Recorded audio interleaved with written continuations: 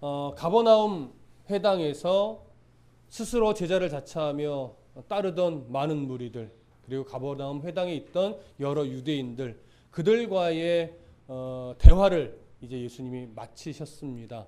가장 중요한 핵심은 뭐였냐면 예수님은 이 땅에 십자가를 위해서 죽으시고 우리의 죄를 해결하러 오신 그런 분이시다라고 하는 것이었죠.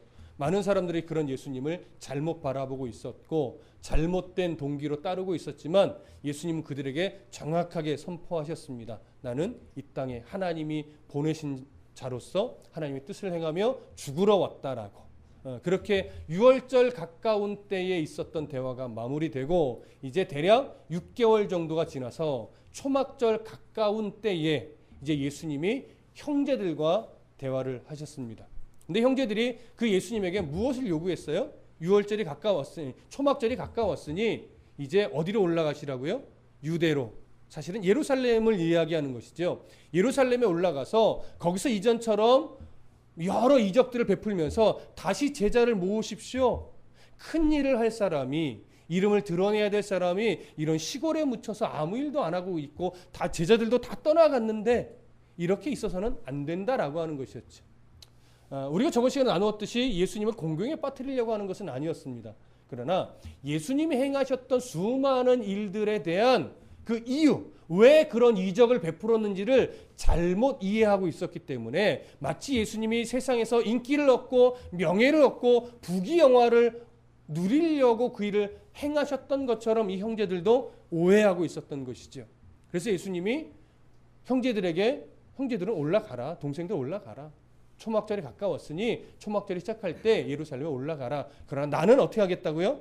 올라가지 않겠다라고 말씀드렸습니다. 그것은 예루살렘에 아예 올라가지 않겠다라고 하는 것이 아니라 사람의 요구에 따라 또 사람의 기대에 부응하기 위해 내가 예루살렘에 올라가지는 않는다는 것이었습니다. 하나님이 원하시는 때에 하나님이 원하신 일을 행하기 위해서 내가 올라갈 뿐이지 사람들의 기대를 위해서, 사람들에게 만족을 주기 위해서, 내가 뭔가 사람을 끌어모으기 위해서, 영향력을 내가 행사하기 위해서 올라가지는 않는다라고 하는 것을 말씀하셨습니다.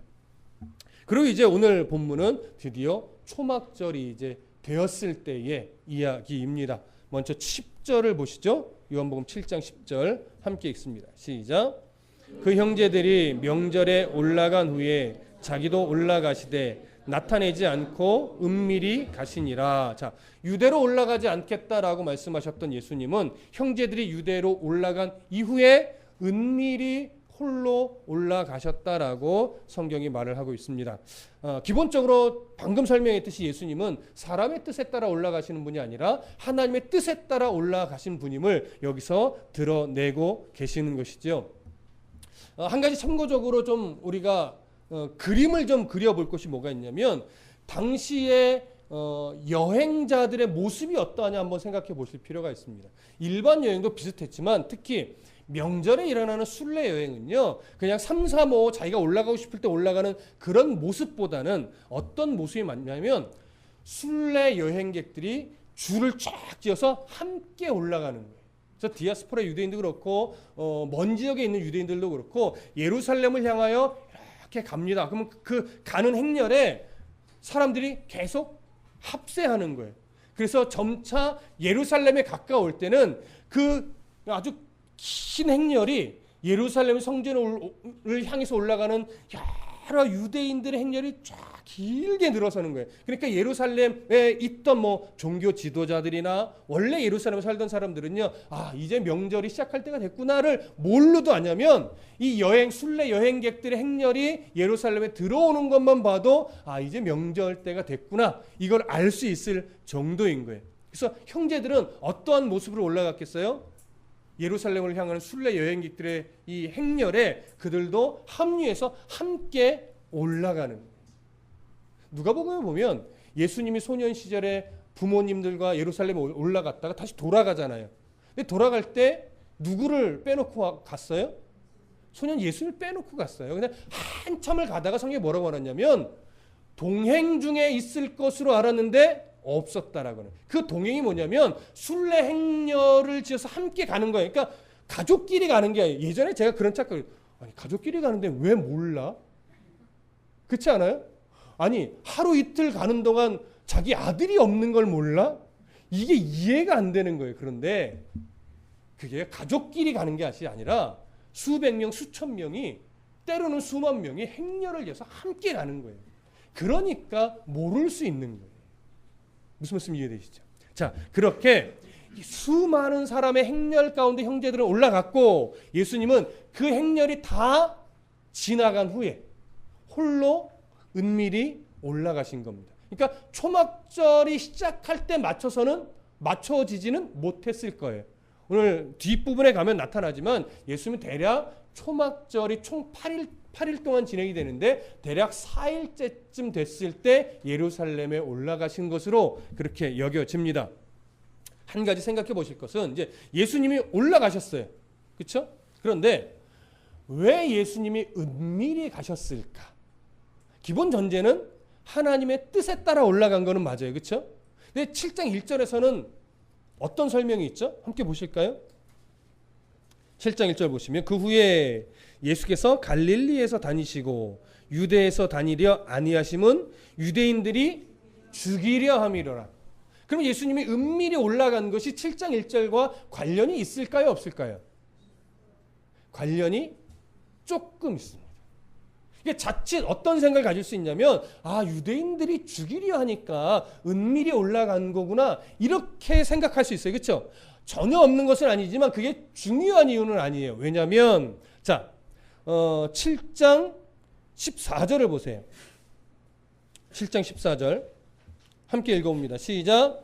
이미 명절의 중간이 되어 예수께서 성전에 올라가사 가르치시니 은밀히 올라가신 예수님이 올라가시자마자 뭘 하셨어요? 성전에서 가르치셨어요. 자기를 죽일까 봐 겁내서 은밀히 올라갔다면 이런 상황이 그려질까요? 안 그려질까요? 안 그려지죠. 차라리 날 죽이세요라고 하는 것과 똑같은데요. 그래서 예수님이 은밀히 올라가신 것은 사실은 종교 지도자를 죽이려고 해서가 아니라 그 면도 있죠. 그래서 그 사역을 시작하기 전에 방해를 받지 않기 위해서라는 면도 분명히 있지만 여기서 중요한 건 은밀히가 아니라요. 뭐가 더 중요할까요? 그러니까 10절에서 더 중요한 단어, 은밀이라는 단어보다 사실은 더 중요한 게 뭐예요? 자기를 나타내지 않고 올라가셨다는 게 사실은 더 중요합니다. 자기를 나타내지 않았다라고 하는 것은 어떤 의미예요? 자기의 뜻에 따라, 자기의 이익을 위해, 자기의 어떤 영향력을 위해 올라간 것이 아니라 철저하게 누구의 뜻에 따라 올라갔다고요? 하나님의 뜻에 따라 올라간 것이고 하나님이 은밀히 올라가게 하셨기 때문에 은밀히 올라간 것뿐이라는 거예요. 그리고 은밀히 올라가셔서 뭐라는 거예요? 하나님의 뜻을 이루시는 거죠. 하나님이 은밀히 올라가게 하신 데에는 종교 지도자들의 방해를 받지 않게 하려는 의도도 있으셨겠죠. 그러나 목숨이 그러니까 죽임을 당할까 봐 겁나서 은밀히 올라간 것은 그거는 아니라는 거예요. 자, 이렇게 말씀드리는 이유를 아시겠죠? 그래서 예수님은 철저하게 하나님의 뜻에 따라 움직이고 하나님이 하라 하신 일을 행하기 위해 예루살렘에 올라가셨습니다. 자, 그런 이해를 가지고 11절을 보겠습니다. 시작. 명절 중에 유대인들이 예수를 찾으면서 그가 어디 있느냐 하고, 자, 초막절이 시작이 되었고 순례 행렬이 다 들어왔습니다. 이것을 보고 종교 지도자들 그렇고 많은 사람들은 이미 뭘 안다고요? 명절이 시작됐구나. 이걸 안다고 그랬어요. 그렇죠? 11절에서 말하고 있는 유대인들은 누구냐라고 하면 12절에서 표현되고는 무리 중에서라고 이 무리와 구별되는 자들입니다. 자, 그래서 이 유대인들은 예루살렘에 모여든 수많은 유대인들을 의미하는 것이 아니라 예루살렘의 종교 지도자를 의미하는 겁니다. 그래서 누구와 같냐? 7장 1절에 표현되고 있는 유대인들이 죽이려 함이라라고 할 때 예수님을 죽이고자 마음 먹고 음모를 꾸미고 있는 종교 지도자들을 의미하는 겁니다. 여기에 좀 더 붙인다면 예수님을 적대시하고 있는 바리새인들이나 사두개인들도 포함이 될 수 있겠지요. 그래서 많은 사람들이 다 예수를 죽이려고 하는 것은 아니에요.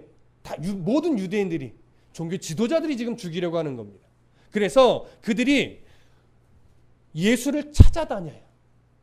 왜 찾아다녀요? 붙잡아서 죽이려고 찾아다녀요. 어떤 생각일 거예요? 어떤 생각일까요?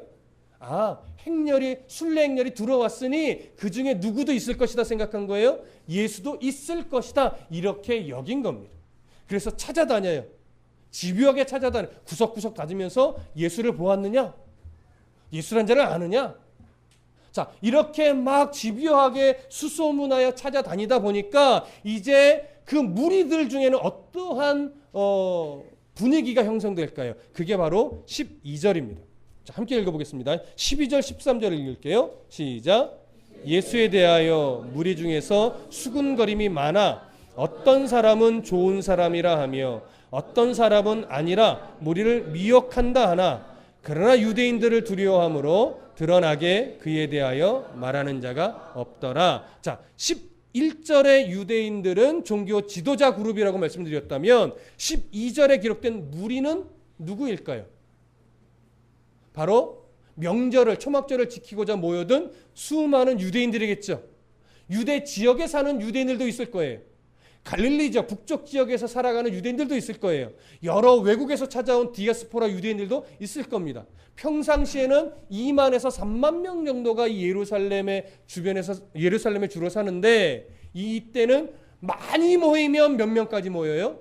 200만 명에서 300만 명까지. 이건 뭐 포화 상태죠. 그냥 발걸음 하나 옮기기도 쉽지 않을 만큼의 숫자인데 정말 많이 모이면 이렇게까지 모인다고도 합니다.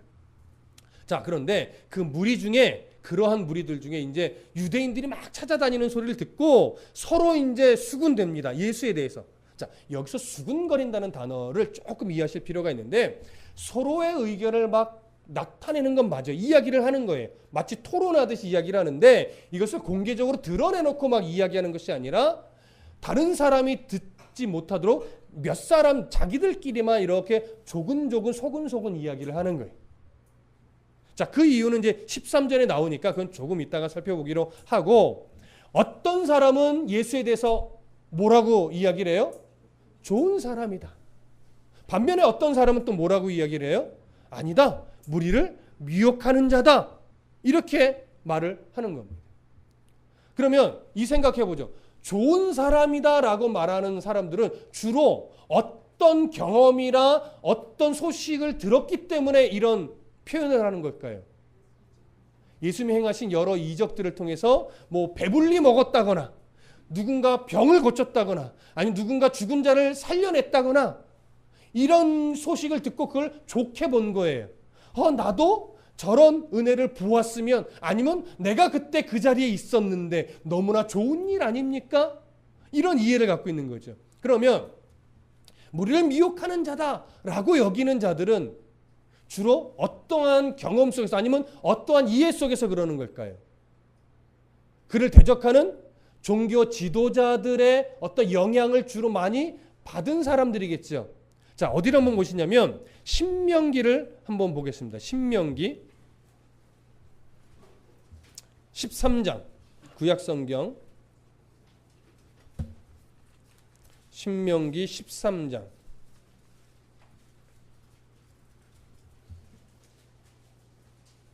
구약성경 제 성경책으로는 283쪽입니다. 신명기 13장 1절부터 5절까지 우리 한 목소리로 함께 읽어봅니다. 신명기 13장 1절부터 5절 시작.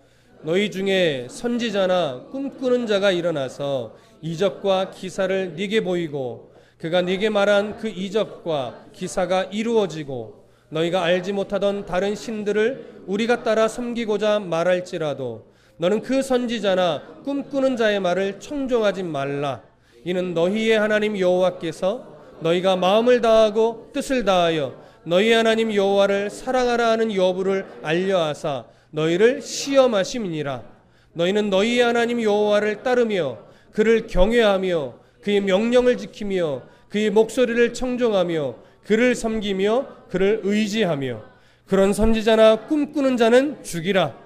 이는 그가 너희에게 너희를 애굽 땅에서 인도하여 내시며 종되었던 집에서 속량하신 너희의 하나님 여호와를 배반하게 하려 하며 너희의 하나님 여호와께서 네게 행하라 명령하신 도에서 너를 꿰어내려고 말하였음이라. 너는 이같이 하여 너희 중에서 악을 제할지니라. 자, 이 신명기의 말씀의 초점은 이거죠. 선지자나 꿈꾸는 자는 죽이라는 거예요. 왜냐하면 그들은 다른 신을 섬기게 하기 때문에. 그래서 그들을 죽이라는 건데 이것이 바로 미혹하는 자의 의미입니다. 그럼 이 부류들은 예수님을 어떠한 자로 이해를 해버린 거예요?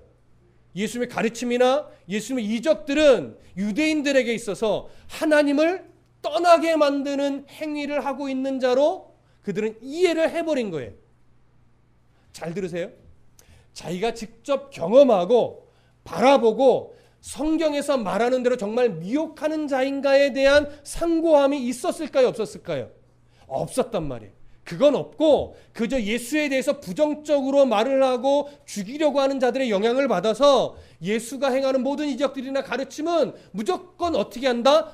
하나님에게서 우리를 떠나게 만드는 그런 미혹하게 하는 자다, 이렇게 여겨버리는 겁니다. 그러니까 기본적으로 어떤 시선을 가지고 바라보는 거예요? 자기 중심적 시선을 가지고 바라보는 거죠. 이기적인 시선을 가지고 바라보는 거죠. 내게 이득이 되느냐 되지 않느냐라는 시선으로 예수님을 그냥 바라보는 거예요. 종교 지도자들이 예수님이 행하신 모든 이적들을 바라보며 그를 미워하고 죽이려고 했던 가장 큰 이유가 뭐예요? 자기가 그동안 쌓아왔던 율법적 열심, 또 자기가 그동안 그 열심을 가지고 쌓아왔던 기득권들을 악하다 말하고 틀렸다 말하고 지적하고 책망하니까 그게 싫어서 예수가 메시아가 되면 안 되는 거예요. 싫은 거예요. 그래서 죽이려고 하는데 그 영향을 고스란히 받아서 상고함이나 분별함이나 고민함이 없이 그냥 예수는 뭐 하는 거예요? 미혹하는 자예요. 그래서 어떻게 해야 되는 자예요? 죽여야 되는 자예요. 그래서 예수 그리스도의 행하심을 어떻게 바라보느냐가 너무나 중요한 겁니다. 예수님이 행하심을 통해서 정말 그의 가르침이나 행하심이 우리를 하나님에서 떠나게 만드는 행위냐 아니면 하나님께 더 가까이 나가게 만드는 행위냐, 이것에 대한 분별이 있어야 되는 거예요. 한국교회의 문제점들을 꼽으라면 사실은 여러 가지를 꼽을 수 있지만 그건 제가 함부로 말할 이야기는 아니지만 한 가지, 정말 우리가 앞으로 정말 그러지 말아야 되는 교회의 문제점 뭘까요? 목사의 말을 분별함이 없이 그냥 믿어버리는 것. 굉장히 조심하셔야 돼요. 목회자의 말을, 목회자가 강단에서 하는 선포가 정말 성경 안에서 가지고 있는 하나님의 뜻과 부합하며 정말 그러한가에 대한 상고함이 성도 가운데 명확하게 있으셔야 돼요. 그런데 한번 목회자가 좋으면, 여러분들이 저를 아껴주고 사랑해 주듯이 그냥 좋으면 어떤 말을 하든지 아멘 하고 우리 목사님이 그랬어요 이렇게 돼버린단 말이에요. 여러분 잘 들으십시오. 아무리 저와 여러분들의 관계라 하더라도 우리 목사님이 그랬어요가 중요한 것이 아니라 우리 목사님이 한 말이, 강단에서 선포한 말이 정말 성경에서 말하는 그 하나님의 의도와 하나님의 중심과 부합하냐 아니 안 부합하냐를 분별하셔야 돼요. 생각하셔야 돼요.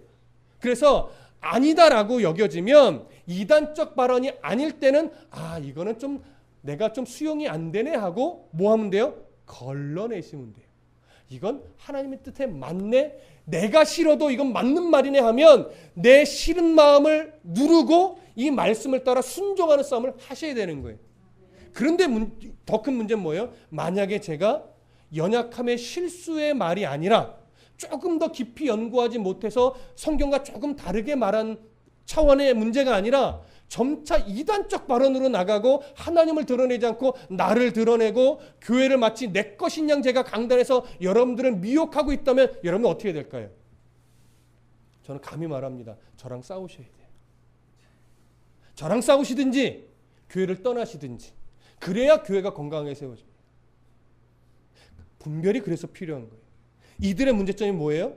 자기들이 분별을 안 하고 왜곡된 시선을 그냥 수용해서 예수는 그냥 미혹하는 자예요. 옳지 않습니다.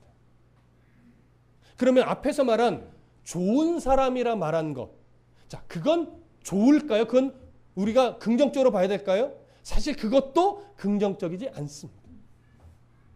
예수는 그냥 우리에게 유익을 주는 좋은 사람이 아니에요. 우리의 죄를 끌어안고 죽기 위해서 오신 메시아라고요. 아직 이들에게도 긍정적인 반응이 있는 것은 좋은 것이나 그것이 올바른 시선은 아닌 거예요. 그래서 우리가 하나님의 역사, 예수 그리스도의 일, 강단에 선포되지는 모든 말씀을 생각할 때 정말로 성경에서 말하는 하나님의 뜻과 그러한가, 베레아 사람처럼 정말 그러한가 상고하고 상고함이 여러분 필요한 겁니다.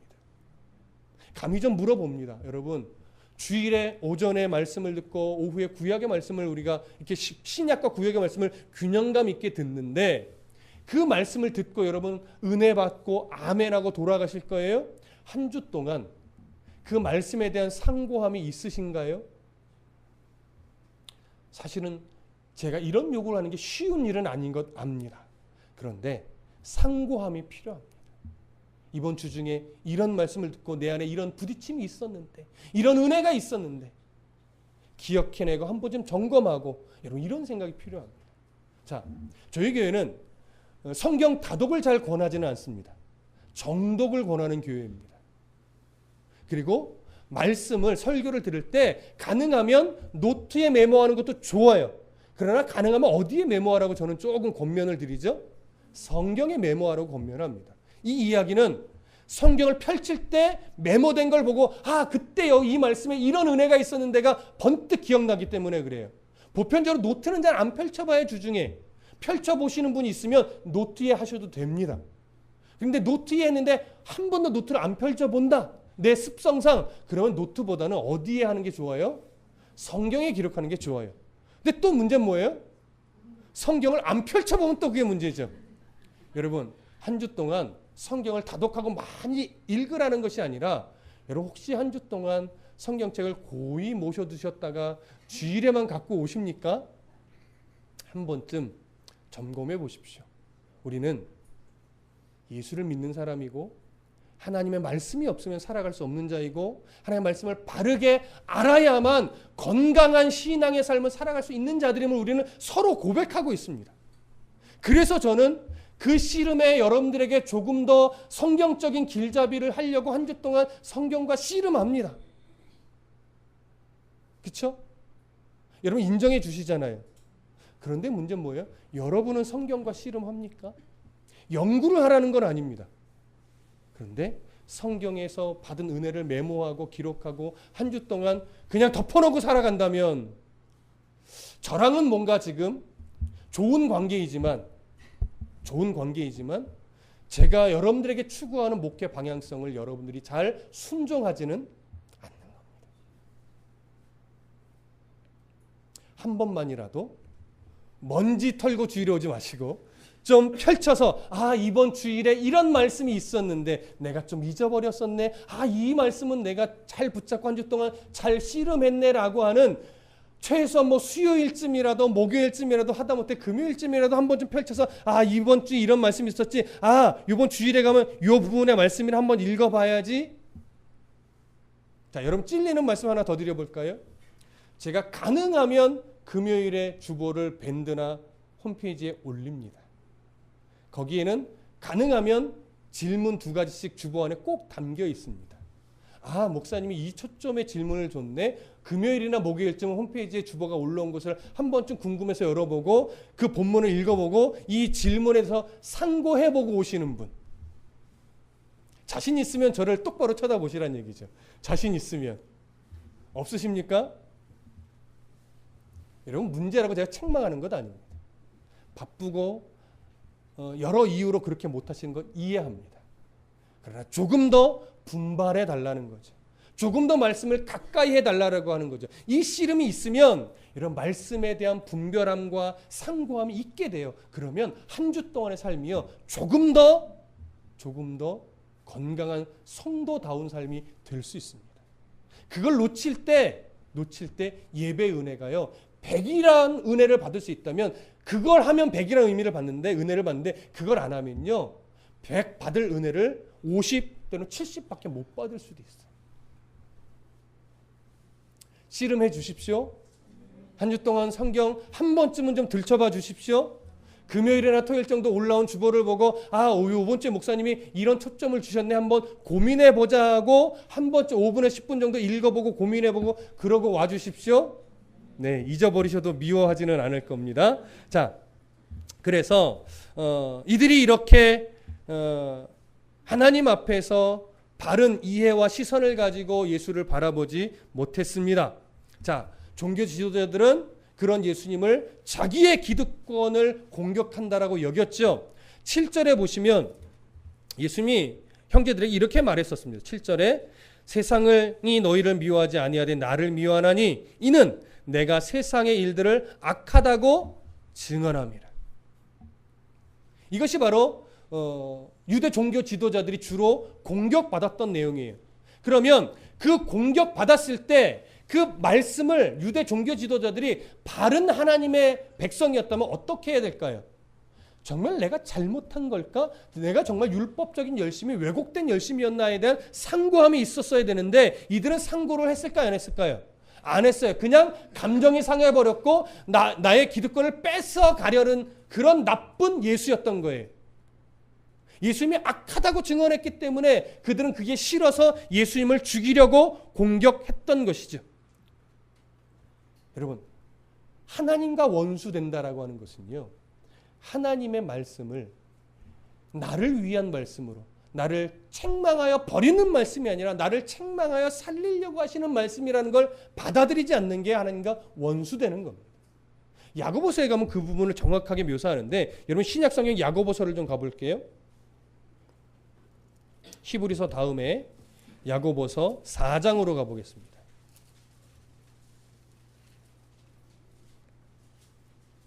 야고보서 4장 4절 말씀.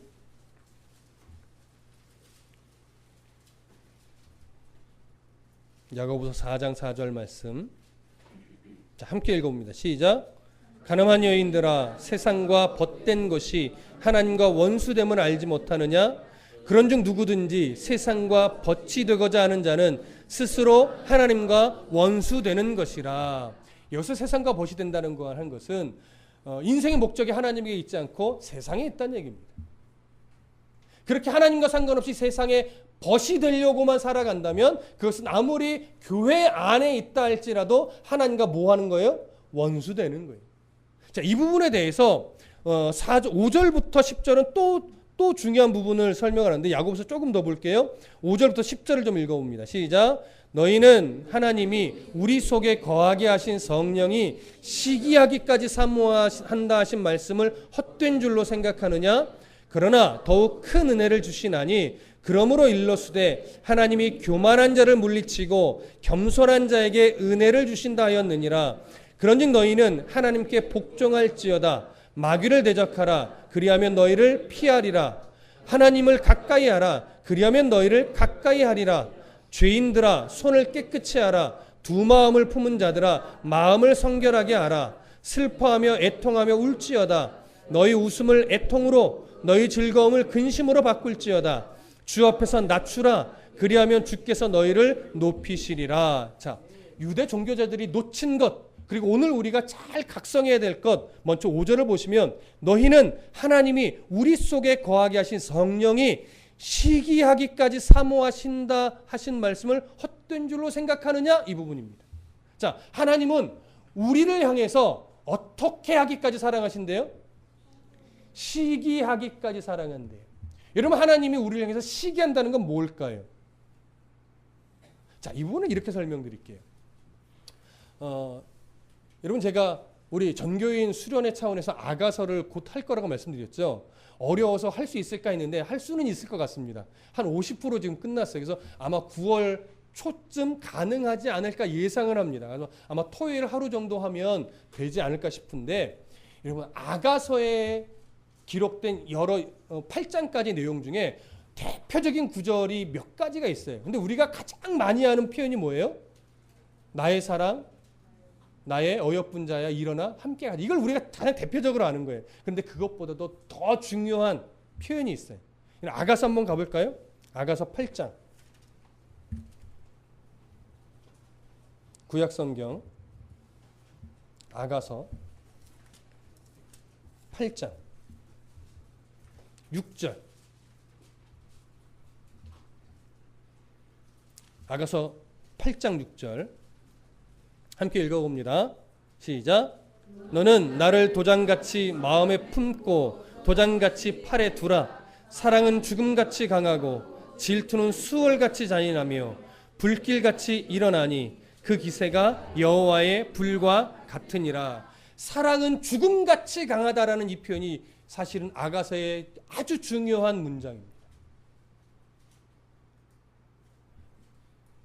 너는 나를 도장같이 마음에 품고 도장같이 팔에 두라라고 합니다.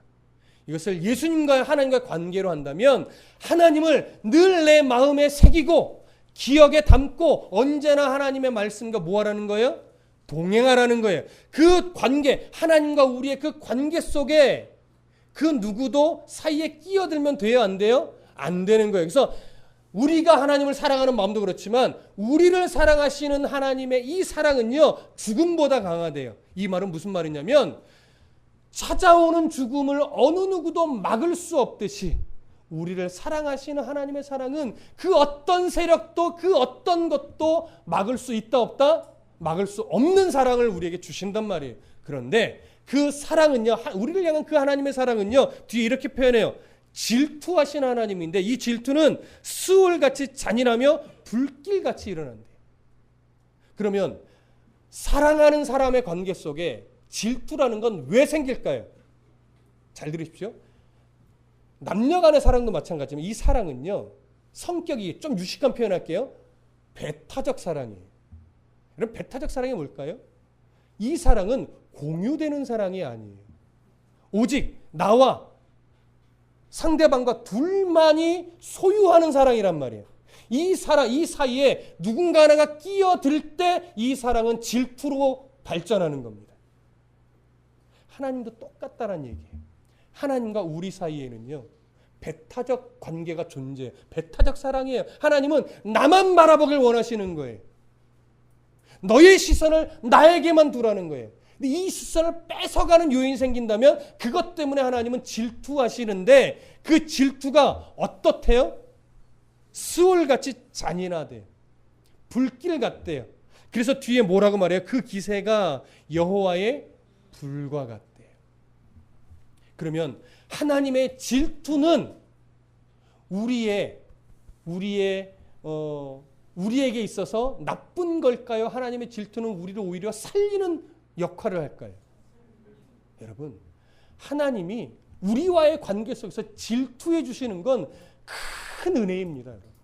하나님의 질투는 우리를 버리기 위해서 하는 질투가 아니에요. 정말 잔인할 정도로 무서울 때도 있는데 그 질투는, 근데 그 질투는 우리를 버리기 위함도 아니고 우리를 죽이기 위함도 아니라 끝내 우리를 포기할 수 없기 때문에 일으키시는 질투예요. 하나님이 사랑하지 않으면요, 그건 질투로 표현하지 않고 뭘로 표현하세요? 무관심으로 표현해요. 그래, 넌 이 세상에서 마음대로 그냥 네 뜻대로 살아라. 나는 너와 상관없다 하면 이 세상에 그 사람이 아무리 뭐 명예 있게 살건 돈 많은 자로 살건 하나님 신경 안 쓰죠. 왜? 그 사람은 그게 다니까.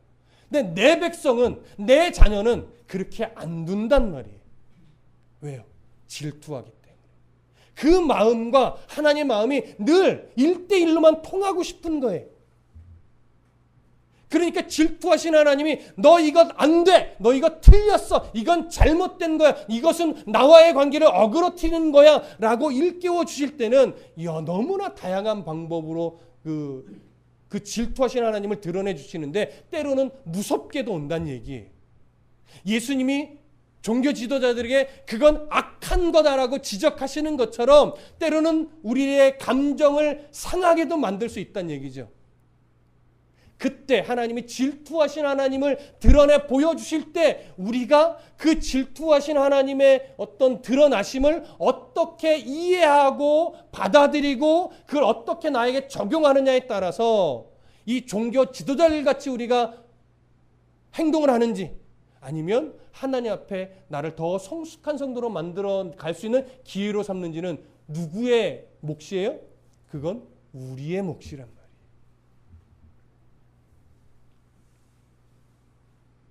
아까 야고보서에 보면 아까 읽었던 야고보서 9절에 이런 말씀이 있어요. 슬퍼하며 애통하며 울지어다라고 하면서 너희 웃음을 애통으로, 너희 즐거움을 근심으로 바꿔라, 이런 말씀이 있어요. 여러분, 사실 이게 우리의 이해 속에 잘 안 맞는 거예요. 오히려 성경적이라면 너희의 애통을 웃음으로, 너희의 근심을 즐거움으로 바꿀지어다, 이래야 맞잖아요. 우리의 어떤 신앙적 정서에는. 그런데 야고보서는 그렇게 말하지 않고 너희의 웃음을 애통으로, 너희의 즐거움을 근심으로 바꾸래요. 그게 주 앞에서 나를 낮추는 거래. 이게 무슨 의미냐면, 잘 들으십시오. 하나님과 상관없이 살아갈 때 세상이 주는 즐거움, 세상이 주는 웃음, 이것이 내 안에 있을 때 그걸로 애통할 수 있는 심령이 되어야 된다는 얘기예요. 나는 왜 하나님과 상관없이 세상이 주는 가치에만 매달려서 그것 때문에 울고 웃는 사람일까? 하나님 때문에 울고 웃는 사람이어야 되는데 나는 하나님 때문에 울고 웃는 인생이 아니라 세상의 가치가 있고 없음에 따라 나는 울고 웃는 인생이었다라고 하는 것 때문에 안타까워할 수 있어야 되는 거예요. 여러분, 내가 하나님과의 관계가 정말 친밀하지 않은 것을 발견하고 안타까워하고 애통해할 수 있는 심령이라면 그 심령은요, 세상에서 뭔가 있고 없음에 따라 좌지우지 되지 않고 하나님을 내가 만난 것, 내가 하나님과 동행하는 것, 이거 하나만으로도 감사하는 삶, 기뻐하는 삶, 기도하는 삶, 찬송하는 삶 살아갈 수 있어요. 그런데 이것은 별로 내게 소중하게 여기지 않고 세상의 물질, 명예, 뭐 이런 학력, 뭐 이런 것에 매인 사람은 그것이 있고 없음에 따라 내가 울고 웃는 삶이 되는 거예요. 하나님도 위로가 안 되는 거예요. 목회자의 말도 위로가 안 되는 거예요. 그저 목회자가 성공할 거예요. 잘 될 거예요. 조금만 견디세요. 하나님이 확 풀어주실 거예요. 라고 해서 마치 그 문제가 주 안에 있으면 그냥 다 좋아질 것처럼만 이야기를 해줘야 그때 좀 위로가 되는 듯 보이겠죠.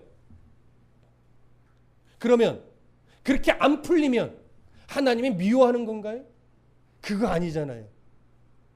그런데 왜 그렇게 그러한 쓴뿌리들은 우리에게 안 뽑히는지, 예를 들어서 경제적으로 좀 풀리면 하하하 웃는데 말씀 안에 있는 그 은혜를 찾아가는 일에는 별로 가치를 안 두는, 그래서 말씀의 은혜를 얻고 내가 하나님 나라의 소망을 두는 이 기쁨보다 어느 날 갑자기 10억이 생긴 일은 우리의 만족감을 몇 배를 증가시킬 겁니다. 그치? 여러분, 지금 당장 물어봐도 여러분, 우리는요 고민해요.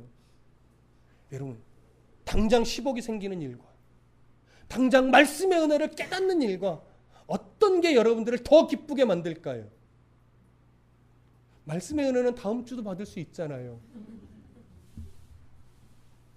맞긴 맞지요. 맞긴 맞죠. 근데 여러분, 말씀을 전하는 저는 다를까요? 어떤 사람이 목사님 오늘 강단에서 이런 설교 한 번만 해주세요. 제가 10억을 헌금할게요. 이 정도는 이길 자신이 있긴 한데 저는. 근데 사람은 갈등하지요. 그렇죠? 그런 심령, 그런 류의 심령을 발견했을 때 뭐 할 줄 알라는 거예요? 애통할 줄 아는 심령이 되어야 된다는 거예요. 그런 류의 모습을 나에게서 발견했을 때 근심할 줄 알아야 된다는 거예요. 나는 왜 하나님 때문에 기뻐하고 즐거워하는 이 모습보다 이런 세상의 가치가 나쁘다는 건 아니지만 그것 때문에 나는 더 울고 웃을까? 하나님 때문에 더 기뻐할 수 있는 심령이 돼야 되는데 나는 하나님 때문에 기뻐하는 것보다 나는 세상의 것 때문에 더 기뻐하는 사람이, 이건 내가 예수 믿는 사람 맞나? 나는 천국의 소망을 두는 사람이 맞나? 이러한 애통과 근심을 할 줄 알아야 된다는 것이 야고보서의 말씀이랍니다. 그런 근심은 바로 하나님의 말씀을 상고할 줄 알고 그 말씀을 근거로 내 삶을 조명해 보는 씨름을 할 때 비로소 그런 삶이 가능해집니다. 한 주 동안 성경책에 먼지가 낀다면 여러분, 그 분별력 잘 안 생깁니다. 한 주 동안 주일의 말씀이 은혜를 받고 아멘으로 할렐루야 하고 문 열고 나갈 때 교회에 딱 은혜를 모셔놓고 나가는 심령이면 그런 은혜, 그런 분별력 생기기 어렵습니다. 오늘 받으신 은혜, 교회 문을 열고 나갈 때 가지고 가십시오. 교회 좋다고 시원하다고 교회 놓고 가시면 안 됩니다. 성경책, 또 메모, 우리는 메모하는 교회니까 많이 메모하시고 덮어만 두지 마십시오. 꼭 한 번쯤 보십시오. 또 우리는 다음 주에 어디를 설교할지 이미 다 나와 있는 교회잖아요. 한 번쯤 살펴보시고 여기에는 어떤 은혜가 있을까 상고해 보시고 오십시오.